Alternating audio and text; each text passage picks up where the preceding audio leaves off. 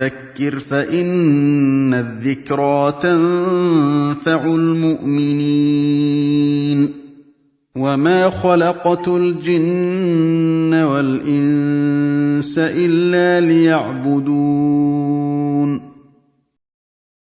Alhamdulillah, wa kafa wa salamun ala ibadihi alladhina istafa amma ba'd.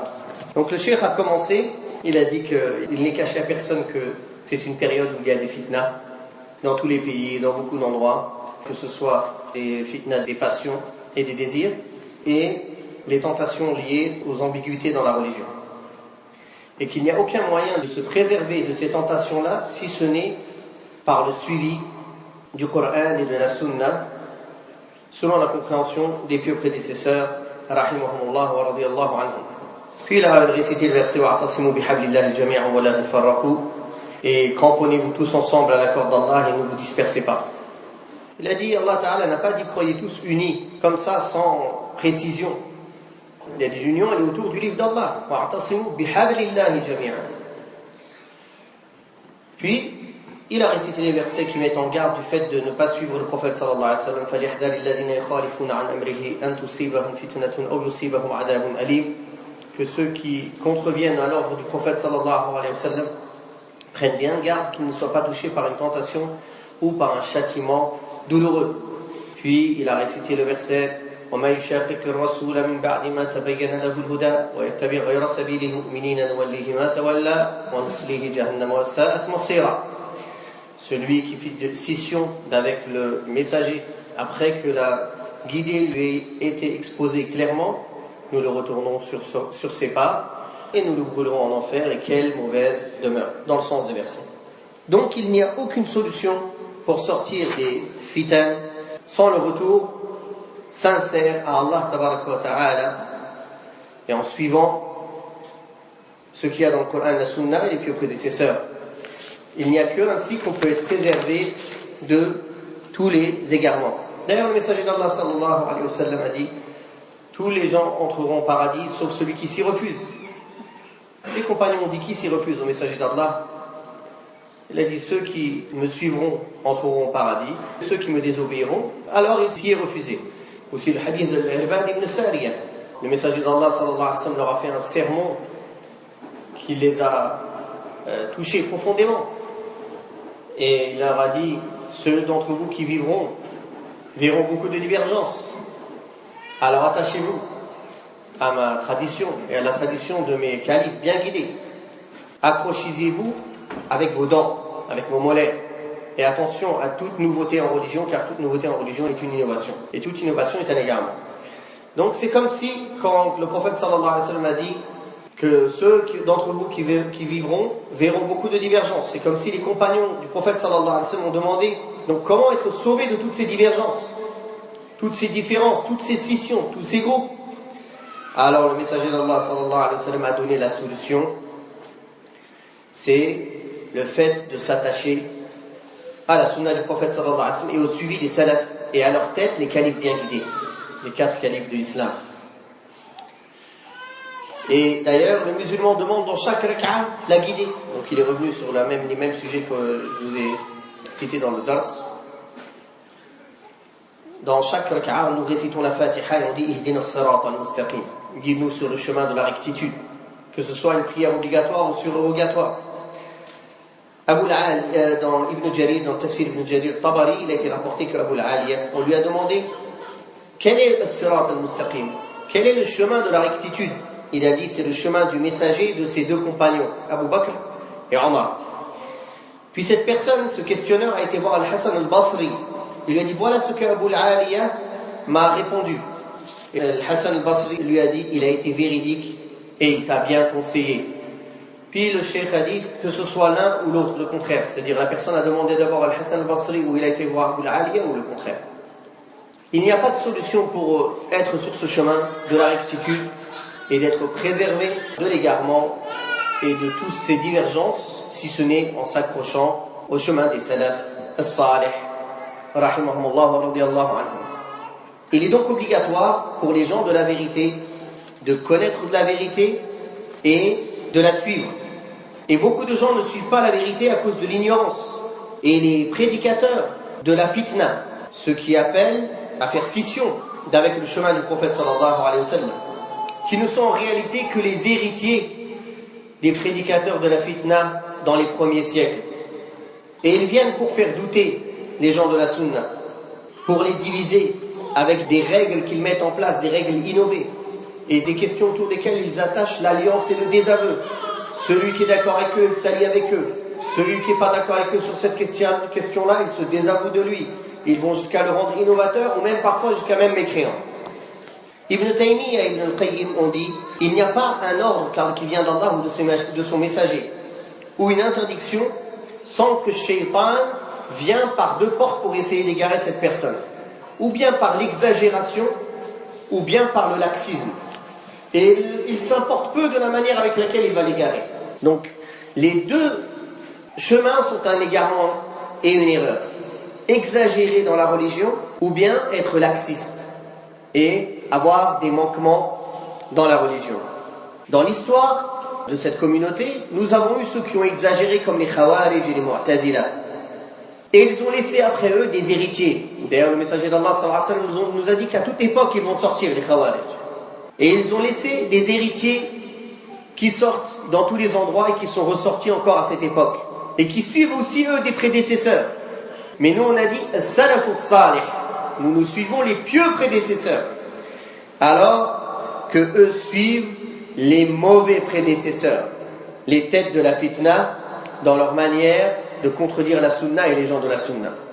Ils viennent avec plusieurs visages, avec des paroles choquantes, avec leurs slogans, en apparence des slogans de vérité, mais en réalité ce sont des paroles de vérité avec lesquelles ils veulent le faux.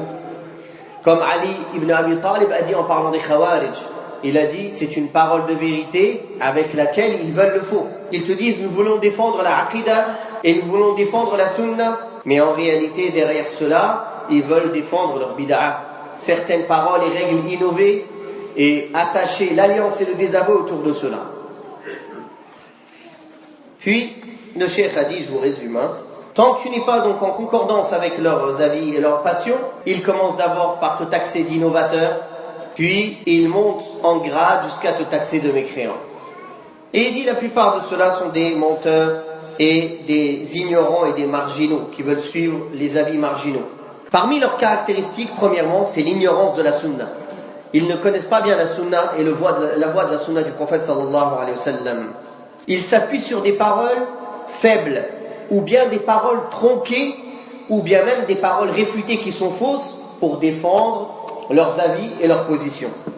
Ils accusent les gens qui les contredisent de tous les maux et de tous les égarements, attachés aveuglément à leurs avis et règles innovées, et ils font l'alliance et le désaveu avec les gens autour de cela.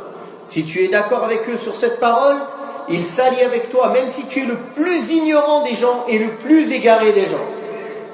Si tu les contredis sur cette parole, ils se désavouent de toi et t'insultent et te traitent d'innovateur, même si c'est le plus grand savant qui les contredit. Toutes les règles de l'alliance et du désaveu, c'est autour d'une ou deux positions qu'ils ont, et ils attachent tout autour de cela.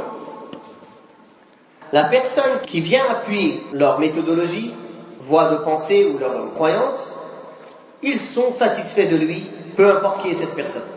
Et la personne qui vient les contredire, alors là, c'est la guerre ouverte. En réalité, ces gens-là ne veulent défendre que leur personne et leurs avis, et ils ne cherchent en cela que la célébrité et défendre leur propre personne et leur propre groupe. Et ce n'est pas la défense de la religion d'Allah qu'ils veulent en réalité, mais ils ont derrière cela d'autres objectifs. Parmi leurs caractéristiques, le cheikh a dit, c'est qu'ils n'ont pas pris la science de la bouche des savants de la sunna reconnue comme telle. Ils ne sont pas allés s'asseoir devant eux et profiter de leur connaissance. Il a dit, ne vous faites pas tromper par quelqu'un. Les gens ils disent, il a été tant d'années en Arabie, au Yémen. Il a dit, la science, c'est pas le fait d'aller et de revenir. Il y a des gens, ils sont allés, ils sont revenus. Qu'est-ce que ça veut dire? Il est allé, il est revenu. Il est resté tant d'années. Il a dit, c'est pas les voyages. Quelqu'un fait des voyages aller-retour. Ça y est, c'est quelqu'un qui sait. Il dit, non. Il a été, il s'est assis avec qui? Il a appris avec qui? Qu'a-t-il appris? C'est comme ça qu'on reconnaît la science de quelqu'un où il a appris. Ce n'est pas ni le nombre d'années, ni le nombre de voyages qu'il a fait. Il a dit donc, ne vous faites pas tromper par cette chose-là. Il dit, regardez, Ibn Abbas, comme il a été rapporté dans le Musnad de l'imam Ahmed et dans le Mustadrak de l'Hakim, et l'imam Ibn Kathir a dit que c'est une bonne chaîne de transmission. Quand il a été voir les Khawarij, alors qu'ils étaient 6000, il leur a dit, mais regardez, est-ce que il y a parmi vous un seul parmi les compagnons du prophète sallallahu alayhi wa sallam? Personne. C'est-à-dire, il les a fait réfléchir. Est-ce qu'un seul parmi les savants, les compagnons, les gens qui sont sur la vérité, les gens de la sunna sont avec vous? Non. Et tu trouveras aujourd'hui ces gens-là, ces ignorants qui suivent la même voie que leurs mauvais prédécesseurs. Pareil, tu ne trouveras aucun savant de la sunna dans leur rang. Puis le cheikh a dit, la Haddadiyya sont les héritiers de ces Khawarij à cette époque. Mais ils sont venus avec une nouvelle forme. Et avec des slogans comme quoi ils veulent défendre la sunna alors qu'ils sont ignorants. En réalité, des gens qui sont sur l'idéologie de ces Qutb et sur le takfir, ce sont en vérité les plus grands ennemis de la sunna du prophète sallallahu alayhi wa sallam, et non pas, comme ils veulent le prétendre, des défenseurs de la sunna. Il dit, tu les trouveras même qu'ils se désavouent de Mahmoud al-Haddad, mais en réalité, même s'ils se désavouent de lui, ils sont sur le même chemin que lui et la même méthodologie. Il dit, parmi leurs oppressions, c'est le fait qu'ils attaquent les savants de la sunna. Ils peuvent commencer par des savants contemporains, puis ils montent en degré jusqu'à attaquer Ibn Taymiyyah et Ibn al-Qayyim, ou bien Abu Hanifa, ou Ibn Khuzayma. Et certains d'entre eux ont même dit, je ne veux pas rentrer dans le paradis dans lequel est Abu Hanifa. Pour vous dire à quel point leur sectarisme et leur égarement, il les a menés loin. Parmi leurs principes et leurs égarements, c'est qu'ils te font dire ce que tu n'as pas voulu dire.